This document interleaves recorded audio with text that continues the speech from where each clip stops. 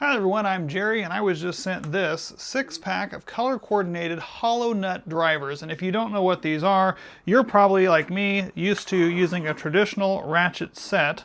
which actually will only allow you to drive those nuts on the bolts about 1/2, 3/4 of an inch. That can be extremely frustrating whenever you're dealing with like kids' play equipment and things like that, that oftentimes they send bolts that are entirely too long, they stick out too far on the other end, and you just have to get in there and try to figure out a way to use a pair of pliers. But the hollow nut drivers that these provide actually have a hollow shaft that runs 5 inches back and a magnetic end, so that when you hit onto the end of here and you decide to screw in,